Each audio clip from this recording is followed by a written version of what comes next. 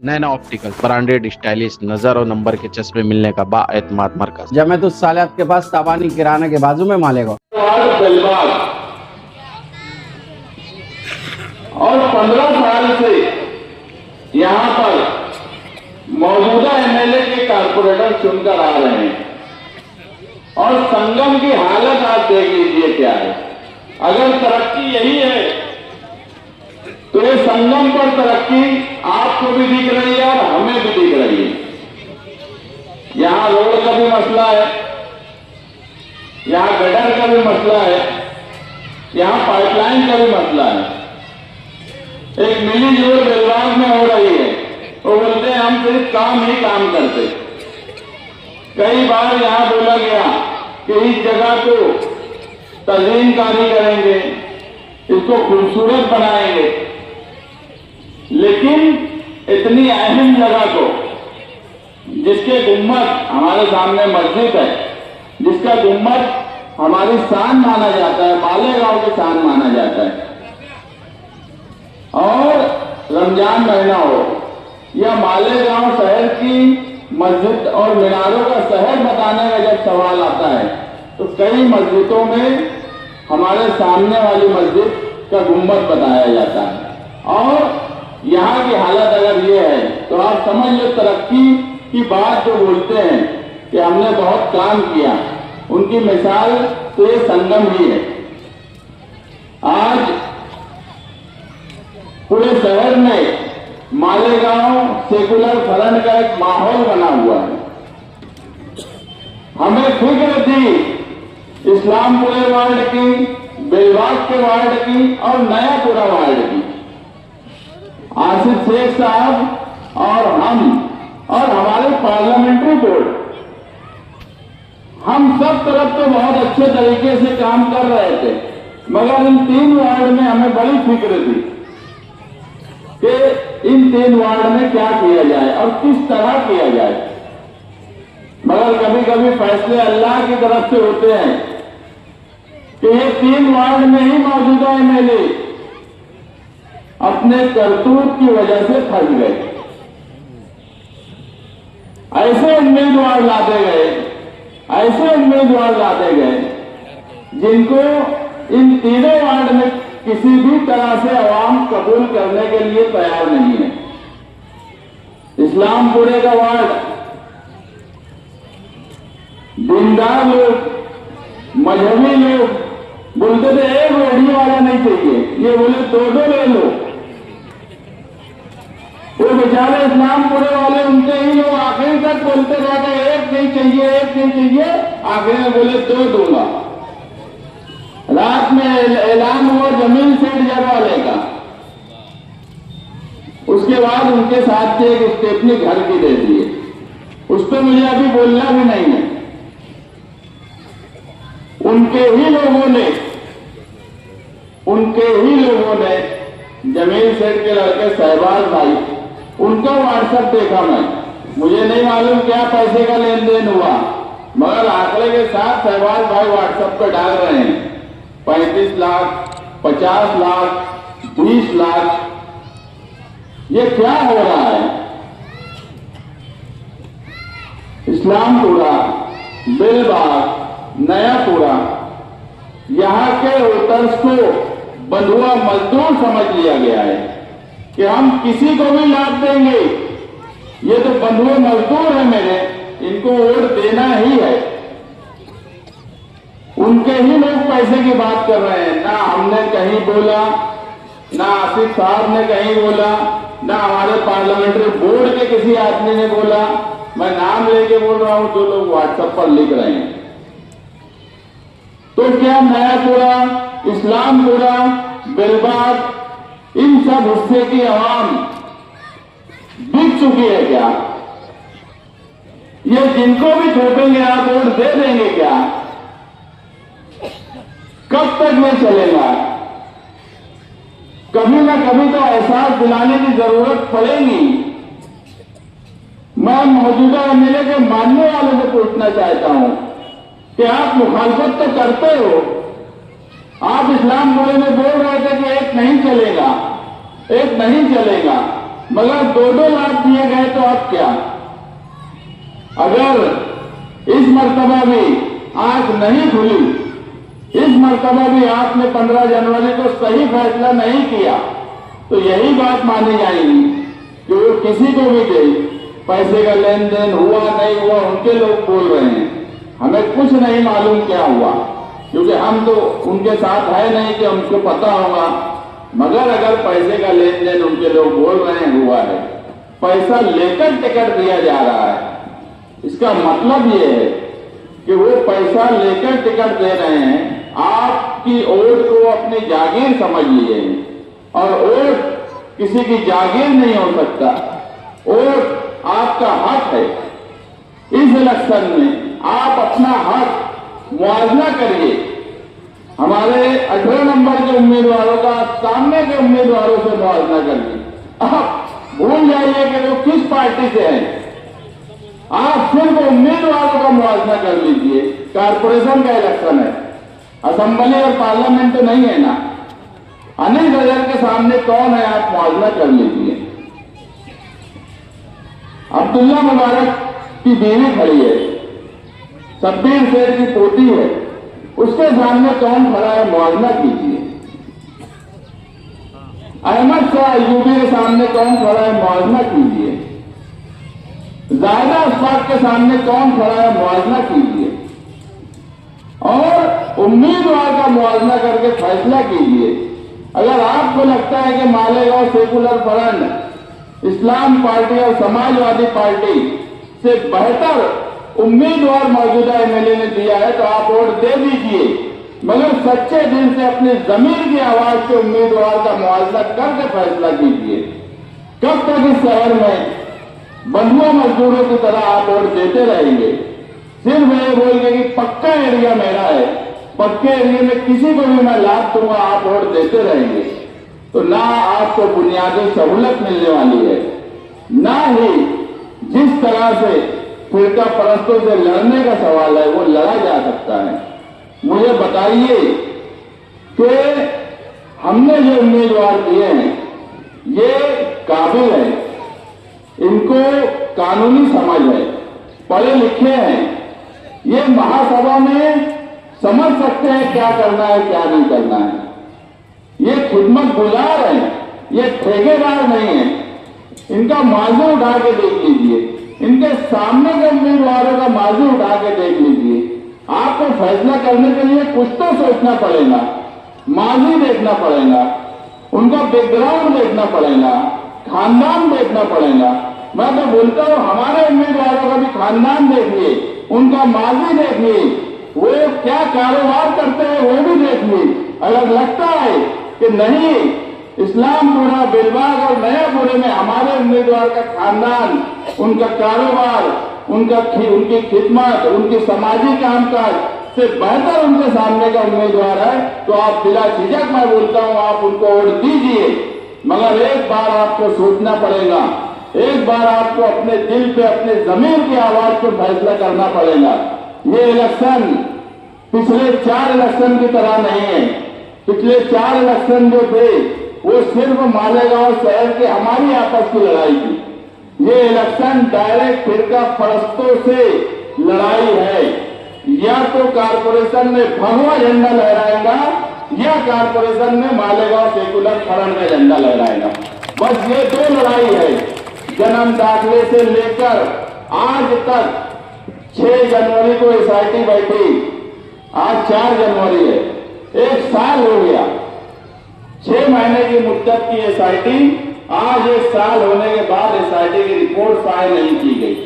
ये ना आसिफ साहब की जिम्मेदारी थी, ना मेरी जिम्मेदारी थी, ना यहाँ बैठे हुए किसी की जिम्मेदारी थी कि वो असेंबली हॉल में जाके बोल सके। असेंबली हॉल में आपने जिसको जिम्मेदारी दी उन्होंने 6 जनवरी 2025 से आज 26 चालू हो गया, 2 सेशन हुए, मगर उन्होंने एक मर्तबा नहीं बोला कि एसआईटी की रिपोर्ट मंजर आम पर लाई जाए। और आप ये सोचिए कि एसआईटी की रिपोर्ट सरकार क्यों नहीं ला रही है। एक भी बांग्लादेशी नहीं मिला, एक भी रोहिंग्या नहीं मिला, एक भी पाकिस्तानी नहीं मिला। हम अव्वल दिन से माइनॉरिटी डिफेंस कमेटी बना के बोल रहे थे कि मालेगांव में सब कुछ हो सकता है। मालेगांव शहर किसी बांग्लादेशी, किसी रोहिंग्या, किसी पाकिस्तानी को कभी पनाह नहीं देगा। ये वो शहर है, इसका मांझी हारून अंसारी, शब्बीर सेठ, निहाल साहब, शेख रशीद साहब से जुड़ा हुआ है, जिन्होंने समाजी खिदमत की, जिनकी आपस की लड़ाई तो रही, मगर इन्होंने मालेगांव शहर के सेकुलरिज्म को हमेशा कायम रखा। ठीक है सर,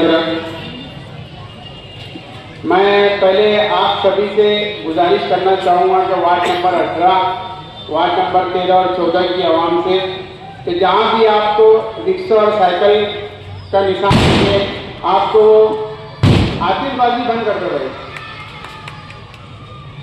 जहाँ भी आपको निशान दिखे वहाँ आपको बटन दबाकर हमारे तीनों पैनल के उम्मीदवारों को कामयाब करें।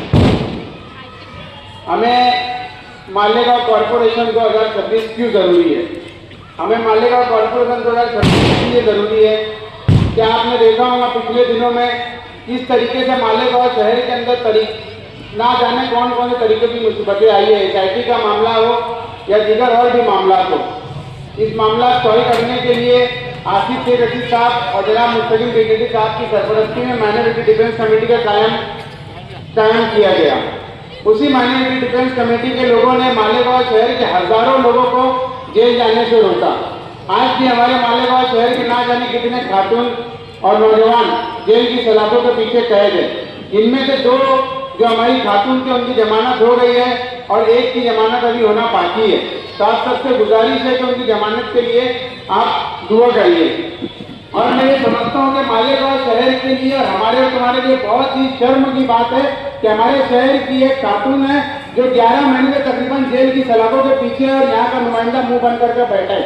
यहाँ सिर्फ एक ही आदमी आवाज, 2 लोग आवाज उठा रहे, मुस्तकिम डिग्निटी साहब और आसिफ शेख रशीद साहब उठा रहे हैं। ये जो इलेक्शन होने जा रहा है, ये रोड और गटर से उठकर हमको इलेक्शन लड़ना है। मालेगांव शहर में हर जगह मैं बोलते रहता हूँ, अगर आज रोड बनेगी तो कल टूटेगी तो फिर से बन जाएंगी, अगर आज गटर टूटेगी तो कल फिर से बन जाएंगी। अगर तुम्हारे हमारे बच्चों का मुस्तकबिल एक मरतबा टूटा तो दोबारा बनने वाला नहीं है। ये जो इलेक्शन होने जा रहा है, ये हमारे और तुम्हारे बच्चों के मुस्तकबिल को बनाने के लिए इलेक्शन होने जा रहा है।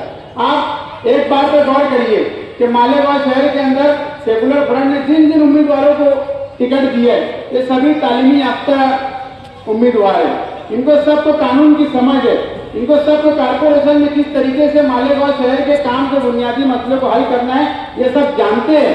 आज आसिफ शेख रशीद साहब और मुस्तकिम डिग्निटी साहब जिस तरीके से SIT के मामला में चल रहे हैं, मालेगांव शहर अपनी खुली आंख से देख रहा है कि ये लोगों ने ना दिन देखी ना रात। पिछले 25 जनवरी को इन्होंने पिछले साल एक प्रेस कॉन्फ्रेंस ली थी, सियासी इख्तिलाफात अपनी जगह रखते हुए मालेगांव शहर के अवाम के हक में जो फैसला उनको बेहतर लगा, उन्होंने अपने सियासी इख्तिलाफात को किनारे रखकर मालेगांव शहर की बका के लिए आज दोनों एक हुए। तो आज मालेगांव शहर की अवाम का ये फर्ज बनता है कि आने वाले वक्त में SIR जैसा कानून यहाँ पर लागू होने वाला है, तो इसके बचाने के लिए आज इन्होंने पहले से ही एक ब्लूप्रिंट यहाँ पर एक तैयार की है कि अगर SIR यहाँ पर आएगा तो किस तरीके से उसकी रहनुमाई की जाए। आज मालेगांव शहर के अंदर तकरीबन बहुत से ऐसे नौजवान हैं जो आज भी सेंट्रल जेल के पीछे बंद है। अभी एडवोकेट तौसीफ साहब ने जो बताया आपको, उनकी आने वाले वक्तों में तारीख है, इंशाल्लाह आप दुआ करिए कि वो उनकी जमानत अल्लाह करे हो जाए। आप देख रहे हैं यूट्यूब के ऊपर मीटिंगों में और जलसों में सामने वाली जो पार्टी है, कोई बुनियादी सहूलत के लिए वो लोग बात नहीं कर रहे। कोई मालेगांव शहर के लिए उनके पास में आने वाले वक्तों के लिए कोई लाए अमल तैयार नहीं किया उन्होंने कि मालेगांव शहर में हमारा अगर मेयर बैठक हम ये करेंगे या हमारा अगर मेयर बैठक हम SIR को लेकर या जन्म दाखिले में मामला में जो लोग जमा है हम उनके लिए कुछ करना चाहते हैं। कुछ नहीं, सिर्फ और सिर्फ एक दूसरे की जातियात के ऊपर बोला जा रहा है। तो ये बहुत सोचने और समझने की बात है। मालेगांव शहर की आवाम से मैं गुजारिश करना चाहूँगा कि जहाँ कहीं भी आपके रिश्तेदार रहते होंगे, जहाँ कहीं भी आपके दोस्त अहबाब रहते होंगे, तो मालेगांव शहर की बका और तरक्की के लिए मालेगांव सेकुलर फ्रंट के जितने भी उम्मीदवारों को टिकट दिया गया है, जहाँ जहाँ आपको रिक्शा और साइकिल के निशान का बटन लगेगा, वहाँ पर आप उस निशान को दबाकर इतनी भरपूर स्तरीय से कामयाब करे कि मालेगांव सेकुलर फ्रंट के जितने भी जिम्मेदार हैं उनको नदिया के उस साइड जाकर किसी से एक भी मेंबर के लिए बोलना ना पड़े कि हमारे समर्थन करके हमारे मेयर के लिए आप साथ दीजिए। मालेगांव शहर के अंदर एक चीज का बहुत ज्यादा मसला है। मालेगांव शहर के अंदर बहुत ऐसे कम लीडरान होंगे जिनको कानूनी समझ होगी। मेरी नजर में दो ही अभी फिलहाल ऐसे लीडर दिख रहे हैं मालेगांव शहर के अंदर, एक जनाब आसिफ शेख रशीद साहब और मुस्तकिम डिप्टी साहब। अगर कोई कानूनी तौर के ऊपर कोई मामला आ रहे हैं जन्म दाखिले के मामला को लेकर, तो कौन हल कर रहा है? इतना ईमानदारी से अपने दिल के ऊपर हाथ रख के बताना कौन हल कर रहा है वो चीज को लेकर? माइनॉरिटी डिफेंस कमेटी के लोग ही हल कर रहे हैं ना। किसने कागजात को दुरुस्त करवाया वहां पर बैठकर? हम हमारी खुली आंखों से देख रहे हैं मुस्तकिम डिप्टी साहब हो या आसिफ शेख रशीद साहब या शान मैडम साहब हो, ये पिछले दिनों रमजान महीने के वक्त में रोजा रखकर एक एक डॉक्यूमेंट ये माइनॉरिटी डिफेंस कमेटी के लोगों ने वहां पर बैठ के क्लियर कराने का काम किया। मालेगांव शहर के अंदर एक बहुत बड़ी साजिश के तहत एक साजिश हो रही है कि मालेगांव कॉर्पोरेशन जो नदिया के उस साइड ले जाने की साजिश हो रही है। जैसे भी आसिफ साहब ने बताया है कि मालेगांव कॉर्पोरेशन नदिया के उस साइड ले जाने वाले। एक चीज मैं आपको बताता चलूं, 70% टैक्स हम भरते हैं मालेगांव कॉर्पोरेशन के अंदर। फायदा कौन उठाता है उसका? मालेगांव कॉर्पोरेशन में 70% टैक्स नदिया के साइड हम लोग भरते हैं और फायदा नदिया के वो साइड पूरा पूरा पहुंचाया जाता है। अगर आपको 70% टैक्स पूरा अपने यहाँ पर वसूल करना है तो इस्लाम पार्टी और मालेगांव सेकुलर फ्रंट का मेयर हमारे मालेगांव कॉर्पोरेशन के ऊपर बैठाना बहुत ज्यादा जरूरी है। वरना वो दिन दूर नहीं कि मालेगांव कॉर्पोरेशन उस साइड चले जाएंगे, जो थोड़ा बहुत भी काम होता है तो वो यहाँ पर होना बंद हो जाएगा। मालेगांव कॉर्पोरेशन के अंदर सामने वाली पार्टी हो या फिर वार्ड नंबर 18 के जो मौजूदा जो, मैं आपसे गुजारिश करता हूं कि आतिशबाजी बंद कर दे। हमने पहले ही ऐलान किया था मीटिंग के अंदर, सभी जिम्मेदारों से और उम्मीदवारों से ये गुजारिश की थी मुस्तकिम डिप्टी साहब ने, आसिफ शेख रशीद साहब ने, कि हमें हमारे जलसे जुलूस के अंदर ना तो डीजे का इस्तेमाल करना है ना ही आतिशबाजी का इस्तेमाल करना है। तो मैं ये बोलना चाह रहा था कि मालेगांव शहर के अंदर भगवा झंडा लहराने से अब तो मालेगांव शहर की कॉर्पोरेशन को बचाना है। मालेगांव शहर में पिछले दिनों एक बहुत बड़ी गलती हो चुकी है। यहाँ पर जो नुमाइंदा सुनकर गया है, मैं ज्यादा उससे बोलना नहीं चाहूंगा। बहुत बड़ी गलती हो चुकी है। मालेगांव का जो नुमाइंदा है वो मालेगांव शहर के अंदर ऐसी बहुत सी चीजें हो रही जो आग बंद कर बैठे हुए हैं। आज काम कोई कर रहे हैं माइनॉरिटी डिफेंस कमेटी के हमारे सरबरा जनाब आसिफ शेख रशीद साहब, मुस्तकिम डिप्टी साहब कर रहे हैं। तो आज आपको और आपके यह हक उनका बनता है कि जितनी भी उम्मीदवार यहाँ पर इनके खड़े उन सबको साइकिल निशानी और रिक्शा निशानी के ऊपर वोट देकर इतनी कसीम तादाद में वोट देकर कामयाब करे कि किसी के आगे जाकर वोट के लिए भीख नहीं मांगना पड़े कि हमारे तो मेयर बनाने के लिए आप साथ दीजिए। तो इस सब के लिए आप तैयार है ना? हाथ उठाकर बोलो भाई मेरे, आप इस बात को मामूली मत समझिए कि मालेगांव शहर के अंदर जिस तरीके से भगवा दहशतगर्दी के यहाँ पर प्लानिंग हो रही है कॉर्पोरेशन के ऊपर भगवा झंडा लहराने के लिए, तो यह आप फिर हमारे बच्चों के आने वाले मुस्तकबिल के साथ में बहुत बड़ा खिलवाड़ होने जा रहा है। तो मैं आप सबसे एक बार फिर से गुजारिश करना चाहता हूँ कि मालेगांव शहर के अंदर सामने वाली जितनी भी पार्टी है ये आपके भलाई के लिए कोई काम करने वाले नहीं है। इनमें आधे जो उम्मीदवार है ये ठेकेदार है और आधे जो उम्मीदवार है ये सट्टा और जोड़ी क्लब चलाने वाले लोग हैं। ये सब आप लोग अच्छी से जानते हैं। तो आप सबसे गुजारिश करूंगा कि मालेगांव सेकुलर फ्रंट के सभी उम्मीदवारों को भारी अक्सरियत से कामयाब करिए और इंशाल्लाह एक मरतबा मालेगांव कॉर्पोरेशन को मालेगांव सेकुलर फ्रंट के हवाले करिए। इंशाल्लाह मालेगांव शहर के अंदर जो तरक्की के काम रुके हुए हैं, बुनियादी सहूलत के काम रुके हुए हैं, तकरीबन 7 सालों से प्रशासक राज बैठा हुआ है। तो मालेगांव कॉर्पोरेशन का इंशाल्लाह जब अपना मेयर बैठ जाएगा तो रुके हुए काम को आगे से इंशाल्लाह बढ़ाने की कोशिश होगी। इतना ही मैं बोलकर अपनी बात खत्म करता हूँ। शुक्रिया, अस्सलाम वालेकुम।